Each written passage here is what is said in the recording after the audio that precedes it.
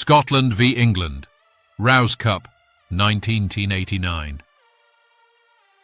This was the last time England would play Scotland for quite some time because of all the trouble during the day.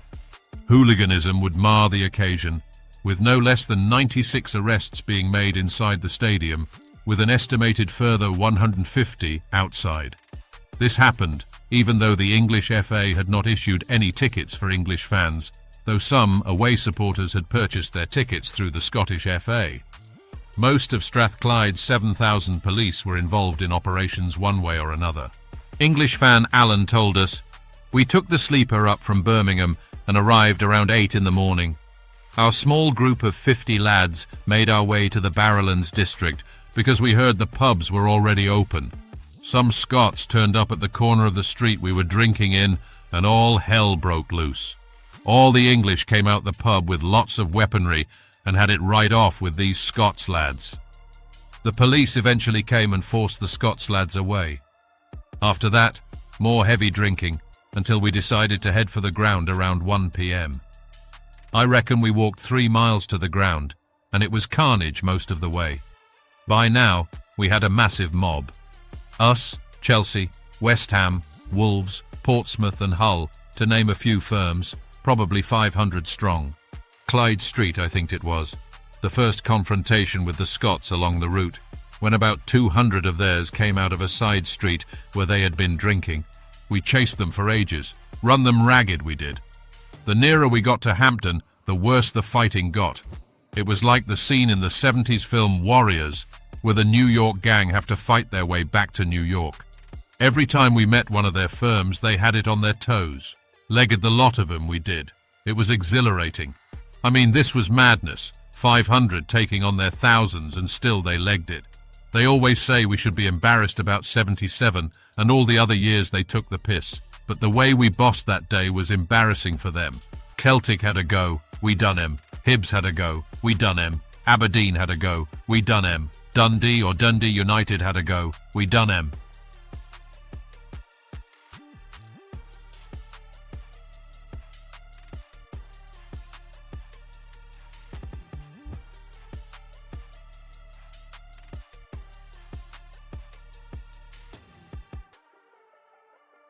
Eventually we reached the ground and faced a barrage of bricks and bottles from another group of Scots, not sure which firm, but the police managed to dispel them with their horses. Once inside the ground, it was non-stop fighting, as we had infiltrated the Celtic end, apparently by mistake, and they weren't happy. Fighting would erupt, and the police would move in and arrest mainly English, of course. By the end of the match, I reckon there was only 2/3 of us left. The rest had been arrested or didn't get in the ground. End of the match, they kept us in for about 30 minutes while they tried to clear the Scots who were waiting patiently with their weapons. Once outside it was mayhem, with bricks and bottles filling the air. We chucked them back and ran at them. They were off again, running down the road with their tails between their legs. The rest of the journey back to the train station was bad, but nothing we couldn't handle. Then at the station, a massive Scottish firm was waiting at Queen Street, more fighting with police horses trying to wedge a way through for us English so they could get us on the trains and away. We got penned in at one point while the police battled with their own fans nearby. It really was carnage, even when we weren't fighting. I think we eventually got the train home about 8 p.m, so 3 hours of fighting and being beaten by their police. But what a day. It was so bad they cancelled the tournament after this match, and we never played Scotland again until Euro 96, where things had changed drastically, and Wembley was more English than Scottish for the first time in my lifetime. Hibs fan Gordon told us, "Oh, I remember it well. It was well known England were going to try some kind of invasion, even though they were officially banned from the game." Me and 3 Hibs CSS members travelled by car from Edinburgh to Glasgow. The plan was to get weapons to the Scottish firms who were arriving by train into Queen Street Station in Glasgow. It was a firm of about 400, mainly CSS, Capital City Service lads, but also some Aberdeen, Celtic. All the Catholic firms, basically. This is always the problem with Scottish firms. The Catholics support Scotland and fight for them, but the Prodists support England. so we end up fighting Rangers and Hearts more so than England. But there you go. At least them days it was. England had previously been an easy day out.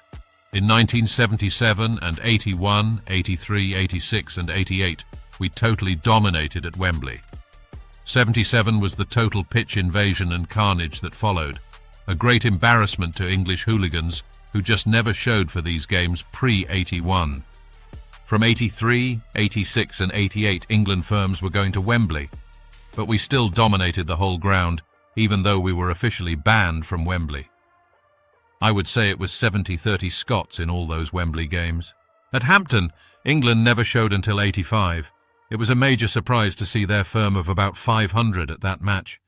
Then in 87 there was more, maybe 1,000, and they clashed with us and the Celtic boys before and after the match. But by 89, they were becoming more confident of a result at Hampden, mainly due to the fact that Rangers ICF had told them they wouldn't oppose them, so the English thought they would have an easy time. Boy, were they wrong. I would estimate 5,000 English were in Glasgow by the time we arrived, which was about 1 p.m. It was supposed to be earlier, but we got stopped and searched a few times, and traffic delays meant a lot later start than we anticipated. We met up with the other lads and laid into some English straight away at one of the pubs in the centre, where windows were smashed. The English came out of the pub and walked straight into our main gang, who chased them down Coplaw Street. Some serious injuries were dished out around this area. To the English scum, I can tell you. I won't go into details, but I did see one lad without an eyeball, too. In Victoria Road, we had a serious disturbance with the English, where we were heavily outnumbered, but still managed to do them serious harm. We had been split up by all the commotion, and there was probably around 150 CSS by now, against 400 English. It was obvious we needed to up our game, as the English were certainly game for sure. On arrival at the ground, we managed to get into P section, behind the Celtic end where we fought with the English near enough the whole game. Large gaps would appear, and the police would move in between the two firms. Many arrests made in this area. Some of our boys got lifted here. After the match we exited early, hoping they would simply let the English out, but they kept them in for about an hour. They tried dispersing us, but we pretended to be on our way. But we'd just double back and wait in and around Victoria Road side streets. Most English got taken to Mount Florida train station, but about 800 had escaped the police escort and headed for Glasgow city centre, heading to Central Railway Station. But we caught up with them at Buchanan Street and gave them a serious hiding. The mounted police had to come and save them. They rounded them up and caged them in the Royal Exchange Square, where they protected them until their trains arrived. The English looked relieved to me to be saved. I'm also told that the CCS fought English hooligans in Edinburgh on the morning of the match, severely injuring some of them, whilst there was one attempted stabbing of a Hibs boy. Mad day never forgotten. I suppose some credit goes to the English for their audacity on our home turf, but they took one hell of a beating that day. We thank Gordon and Allen for their recollections. It's clear that the English had a great mob out for this revenge match. We already know that they took small firms to Scotland in 83, 85 and 87, but this was by far the biggest mob of English ever to invade Scotland's home ground. The videos of the violence cannot be showed on this channel, but looking at them, it appears England had the Scottish lads on the run, more often than not. Thanks for watching. Please share, like and subscribe, as it really helps our channel grow.